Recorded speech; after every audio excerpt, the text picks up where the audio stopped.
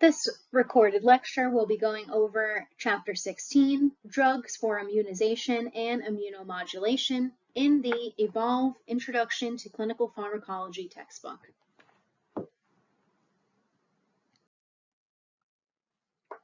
Immunity is the body's physical resistance to becoming ill every time it comes into contact with a pathogenic microorganism. It consists of the immune system working with the protective barriers of intact skin and mucous membranes and with the body's normal flora. The immune system has two main divisions, innate immunity and acquired immunity. Innate immunity includes the body's intact protective barriers and the cellular responses of inflammation. When microorganisms enter the body, many white blood cells recognize them as foreign and take nonspecific actions to kill, neutralize, or eliminate them to prevent illness. Invading pathogens have different cell surface codes, and white blood cells normally recognize this difference and take action against only the invaders, not your own cells. These protective inflammatory responses are nonspecific and they can be overwhelmed, such as when you are heavily exposed to thousands of one type of a streptococcal bacteria and then develop a strep throat infection. This general part of innate immunity will help keep you well from day to day, but it won't provide the long-lasting immunity that acquired immunity does. Check out the memory jogger on page 295 in the orange box. Innate immunity helps protect you from smaller day-to-day exposures from pathogenic organisms, but it can't provide that long-term immunity to a specific disease-causing microorganism like acquired immunity can. Acquired immunity produces an antibody response. It is a long-acting and learned protective response in which B lymphocytes produce antibodies. The antibodies are directed against specific microorganisms, which are considered foreign substances known as antigens. An antigen is any substance that the body's white blood cells recognize as foreign, and it causes lymphocytes to produce an antibody against it. Exposure to antigens is the trigger for B cells to begin producing antibodies. T cells provide cellular immunity and assist the B cells with an antibody response. T cells also recognize and directly destroy cells infected with viruses and protozoans. The B lymphocytes produce antibodies in higher numbers. When you are reinfected by the same microorganism, the B cells will attack and destroy it or rid the body of it before it can make you sick again. Acquired immunity is specific. For this example, it means that antibodies specific to Streptococcus 234 would probably not recognize and attack Streptococcus 422 until your body is exposed to type 422 and learns to make anti-Streptococcus 422 antibodies. You can still get sick from being infected with the new organism. Acquired immunity has two major forms, natural and artificial, either of which can be active or passive. One difference in these two types is how you're exposed to the antigen. Whether immunity is active or passive will depend on who made the antibodies. Active immunity occurs when the body makes antibodies to specific antigens that it has encountered. In passive immunity, antibodies made in another person or an animal are given to you. Your body has no part in actually making them. Naturally acquired active immunity is the type of immunity you develop to a microorganism that invades your body naturally. It makes you sick and triggers your immune system to make antibodies against it. After the immune system learns to make these specific antibodies, every re-exposure to the same microorganism will produce more and more antibodies against it. As a result, you continuously self-boost your immunity to the organism. This self-boosting part of your naturally acquired active immunity makes it the most long-lasting type of immunity to a specific microorganism. Naturally acquired active immunity is known as true immunity. Naturally acquired passive immunity is provided by antibodies that a woman transfers to her fetus during pregnancy and to the infant during breastfeeding. This immunity is short-term, but critically important in preventing young infants from developing illnesses during the first 6 months after birth. Artificially acquired active immunity is the type of immunity that develops against a specific microorganism when a form of the microorganism is deliberately injected into you as a vaccine. It is considered active immunity because the body has to learn how to make its own antibodies, and it is artificial because these microorganisms were deliberately injected or ingested. Although this is a common type of immunity and usually works well, it wears off faster than naturally acquired active immunity because fewer microorganisms are injected than the amount that would normally have entered your body to make you sick. Artificially acquired passive immunity is the type of immunity that transfers as pre-made antibodies from one person or persons or even from animals and then to you. It is considered to be passive because your body did not actively make the antibodies. This type of immunity is used only when a person is exposed to and most likely infected with a microorganism that can cause severe disease and they have no immunity against it. Rabies would be an example of a disease for which this type of immunity would be needed. Most people have never received a rabies vaccination and have no antibodies to it. So after the disease occurs, it is almost always fatal. This immunity is immediate, but it is also temporary. Within a few weeks, the person's immune system will then destroy the foreign antibodies. Other highly dangerous infections and disorders that can be managed with artificially acquired passive immunity would include poisonous snake bites, tetanus, and Ebola. Vaccinations can prevent life-threatening infections. The first vaccine developed was for smallpox. It was created in 1796 by Dr. Edward Jenner. Today, more than 20 infectious diseases can be prevented with vaccines. Vaccination is the injection or ingestion of a vaccine. A vaccine is the preparation of a synthetic, killed, or weakened form of bacteria or virus that can be given to stimulate antibody production by B lymphocytes against a certain disease. B cells are the only type of white blood cell that can form antibodies in response to exposure to a specific antigen. The antibodies provide immunity to the disease caused by the antigen. Although some vaccines, such as the one for polio, can be taken orally, most are injected. For full immunity to develop from a vaccination, more than one injection with the same vaccine over time may be needed. This type of immunity will wear off eventually, and the person will require a periodic booster shot to ensure continued production of enough antibodies in order to maintain immune resistance against that organism. Many people will use the term vaccination and immunization interchangeably. However, immunization is the result of successful vaccination that causes a person to develop antibodies and provide immunity against a substance in the vaccine. Vaccines are prepared in different ways for different organisms. Inactivated vaccines are composed of organisms that could cause disease but have been killed or inactivated by heat, radiation, or chemicals to prevent them from reproducing and causing disease. Diseases for which inactivated vaccines are common include influenza, cholera, hepatitis A, and rabies.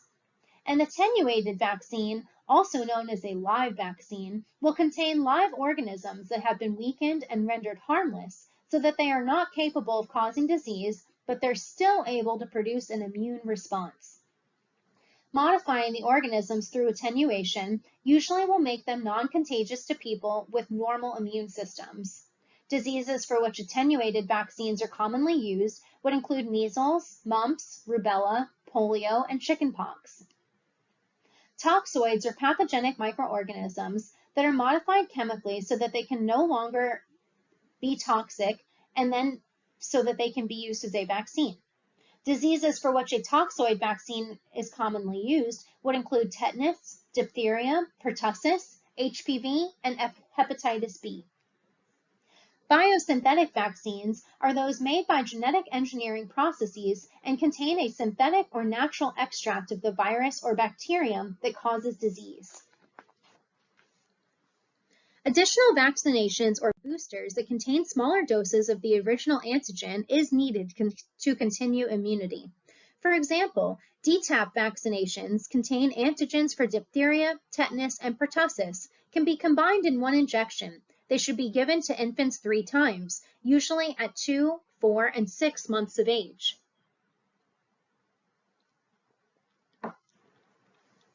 Boosters of this vaccination are repeated once between the ages of 15 and 18 months, and then again between the ages of 4 and 6 years. It is also recommended that all adults older than 19 years old receive this booster vaccination every 10 years. Other common vaccinations recommended during childhood to prevent severe complications of contagious diseases include HVB, Haemophilus influenza type B, pneumonia, polio, measles, mumps, rubella, HVA, varicella, rotavirus, HPV, meningitis, and seasonal influenza. In addition to immunizing to prevent disease and complications of disease in individuals, it is necessary to immunize to protect the population. When a significant portion of the public is immunized against a specific contagious disease, most people in that population are then protected against the disease because an outbreak has little chance of occurring. This is known as herd immunity, and this is the principle used to promote vaccination yearly for seasonal influenza. This is also the reason that polio has been eradicated in the United States since 1979. Vaccination and immunization are needed in adulthood, not just in childhood. Vaccines are recommended to stimulate protection for older adults against common infectious diseases, especially older adults and those with chronic health problems. Pneumonia and influenza, and additional vaccinations to prevent shingles, HVA, HPV, VB, and pertussis are recommended. Additional vaccinations may be recommended for adults depending on their history, job exposure, or travel. It is important to properly store, handle, and give vaccines so that their potency and safety are maintained. A vaccination does not always result in successful immunization. A person's immunity to a specific organism can be assessed by measuring a blood titer for that antibody. An antibody titer is a test that determines and measures the amount of specific antibody in the blood to determine the strength of a person's immunity against a specific organism. The antibody titer can be used to determine the effectiveness of vaccination or to determine whether a person has a retained immunity to a disease that he or she once had. Overall, this test can indicate whether you have ever had a specific infectious disease or have been vaccinated against it and how much immunity you had at the time the test was performed. Interpretation of the antibody titers is guided by lab reference values that are specific to that disease. It is recommended that adults and children receive seasonal influenza vaccination each year. However, every year a different strain can come into your community. Last year's antibodies will not protect the community to this year's strain, and if sufficiently infected, you will get sick with the new strain of influenza. The situation with flu shots is the same. If you skip next year's vaccination, you may not have any immunity to the different strains of influenza, and you can become sick if you are heavily exposed to one or all of them. Therefore, it is advisable and in most cases mandated for healthcare workers to receive a flu shot every year and prevent individual sickness, as well as to prevent giving the flu to an already sick patient population, which could then make them sicker and lead to an untimely death. It takes about 2 weeks to develop antibodies after being vaccinated. On page 301, see the green lifespan considerations box. Some, but not all, vaccines can be safely given during pregnancy, but live virus vaccinations, such as those for chickenpox, polio, measles, mumps, and rubella, are not recommended during pregnancy. Vaccinations that are recommended during pregnancy would include seasonal influenza and Tdap. All vaccines can cause side effects, but they are generally minor. A sore arm and minor arm swelling and redness at the injection site or a low-grade fever are common and will subside within a few days. A fever higher than 101 should be reported to the healthcare provider because that may indicate an infection. Vaccines are constantly monitored for safety, but just like all other drugs, they can cause adverse effects. Minor adverse effects would include a fever, hives, and joint discomfort. Severe side effects would include a fever greater than 103, anaphylactic shock, seizures, and neuropathy. Expected side effects and any adverse reactions associated with each vaccine can be found on the CDC website. Obtain a medical history, in particular a history of any immunodeficiency disease, such as HIV or any specific congenital and immunodeficiency disease, any pregnancy or plan to become pregnant, because these conditions will prohibit vaccination with a live virus. Obtain a drug history, including use of immunosuppressant drugs, immune globulins, and blood products. Intervals between receiving live vaccines and blood product transfusions are recommended because live vaccines must replicate to initiate an immune response. Antibodies against injected live vaccine antigens in transfused blood may interfere with replication. People who are immunocompromised are at an increased risk for adverse reactions after administration of live attenuated vaccines because they have less of an ability to build up an effective immune response. Ask whether there is an immunocompromised person living in the same household with the person who is about to be vaccinated. Before giving the live vaccine, consult with the household member's healthcare provider because the person with reduced immunity might be at an increased risk for contracting the virus the vaccine is designated to prevent. A complete allergy history, including drugs, foods, vaccines, and environmental allergens, should be obtained. The only contraindication for allergic individuals is a previous severe allergic reaction to the flu vaccine for any reason. Assess the patient for symptoms of an illness with or without fever that may require a delay in giving the vaccination until the symptoms have subsided. Ask about any family and household members who are also immunocompromised or unvaccinated so that their health and safety can be assessed. Never mix vaccines in the same syringe. Keep epinephrine or an anaphylactic kit readily available for immediate use in case of an anaphylactic reaction. Observe the patient for any signs and symptoms of adverse reactions and always provide the patient with a record of their vaccination. Patient and family teaching. Teach the patient or parent that localized reactions to the injection can occur. The discomfort can be relieved with a cool compress on the site. Advise the parents or patient to notify the healthcare provider of a fever greater than 101, a rash, itching, or shortness of breath. Tell the parent or patient to keep a current record of their immunizations. It is advisable to keep 2 copies. Teach the parent or patient the risks of contracting the disease that the vaccine is designated to prevent. Tell female patients they should not become pregnant for at least 1 month after receiving the MMR vaccine. Remind the parent or patient to bring the immunization record to all visits. Give the parent or patient information and an appointment date to return for their next vaccination. Immunomodulation is a process in which an immune response is altered. Immunomodulating drugs can stimulate or suppress the immune system. Immunosuppressants are used to hinder the response in organ transplantation and in autoimmune diseases like arthritis.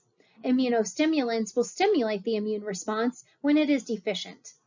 Although the immune system is protective most of the time, it can sometimes overreact in certain tissues as a result of an autoimmune disorder. In these cases, the immune system will wrongly see normal body tissue as foreign and then attack it.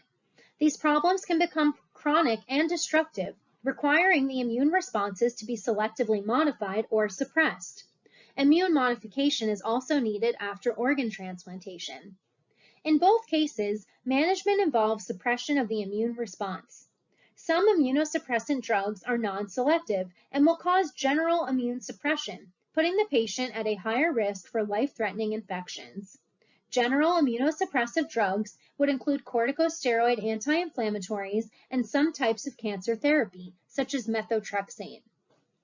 Some drug therapies for autoimmune disorders will use selective immunosuppressants that only affect the cells and products of the immune system that are most directly involved in tissue-damaging actions. The most commonly used selective immunosuppressants are the disease-modifying anti-rheumatic drugs, also known as DMARDs.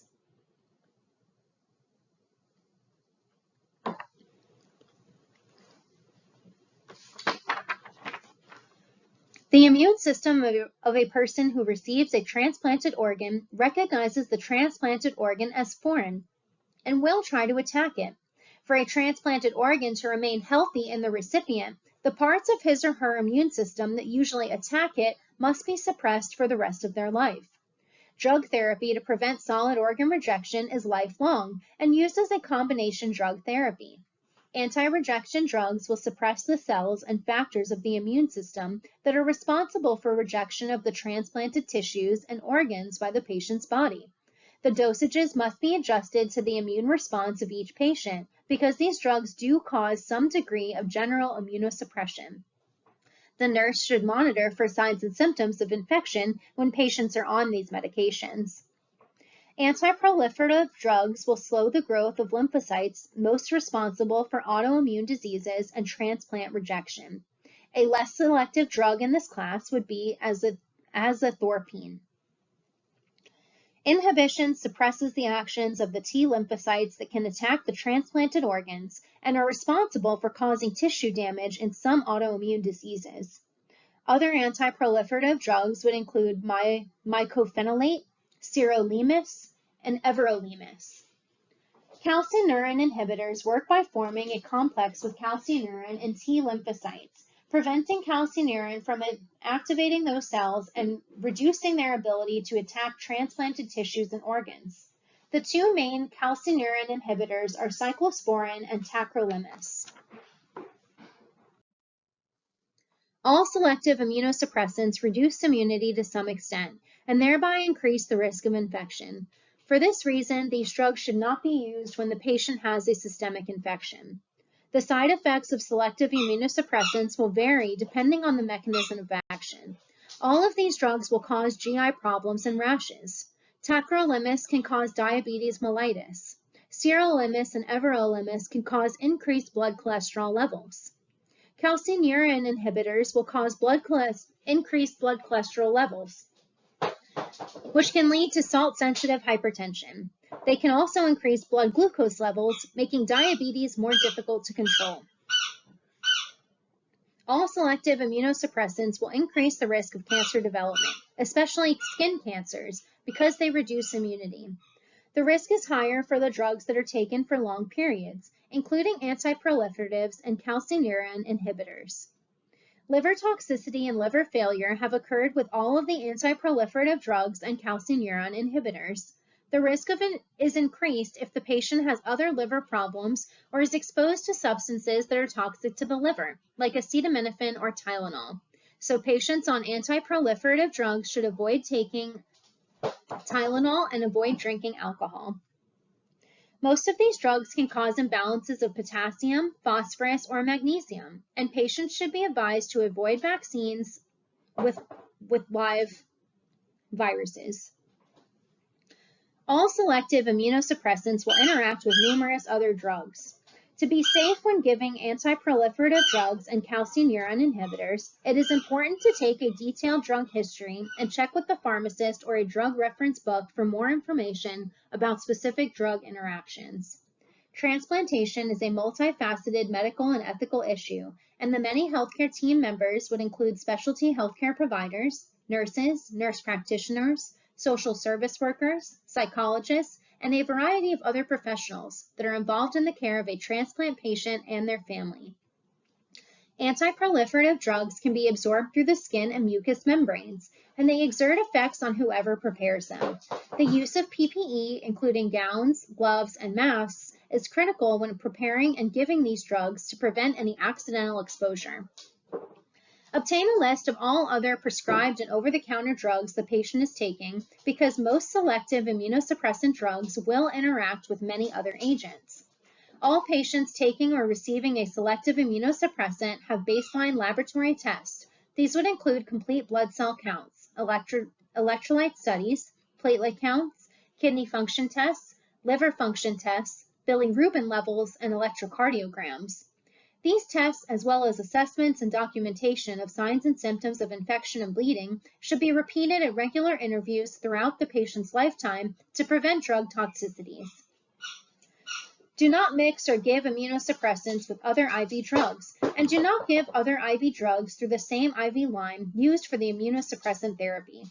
Assess the site for any irritation, phlebitis, or thrombosis. Assess the functioning of all organ systems of the patient. Assess vital signs and report any abnormalities. A weight gain of 1 kilogram is equal to 1 liter of body fluid. You should teach the patient and family members the following information. Take your temperature daily and watch for any common signs and symptoms of infection.